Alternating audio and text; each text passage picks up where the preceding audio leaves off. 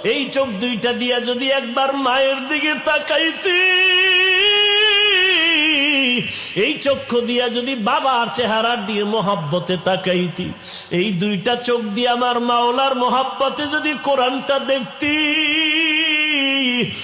আর বলতি হাযা কালামু রব্বি, এটা আমার রবের কালাম, আমি পড়তে জানি না রে মাওলা।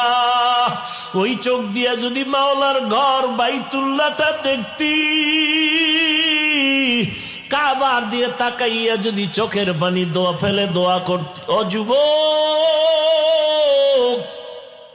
আমার আল্লাহর দেওয়া চোখ দিয়ে যদি আলেম ওলামার চেহারা দিয়ে তাকাইয়া দেখতা,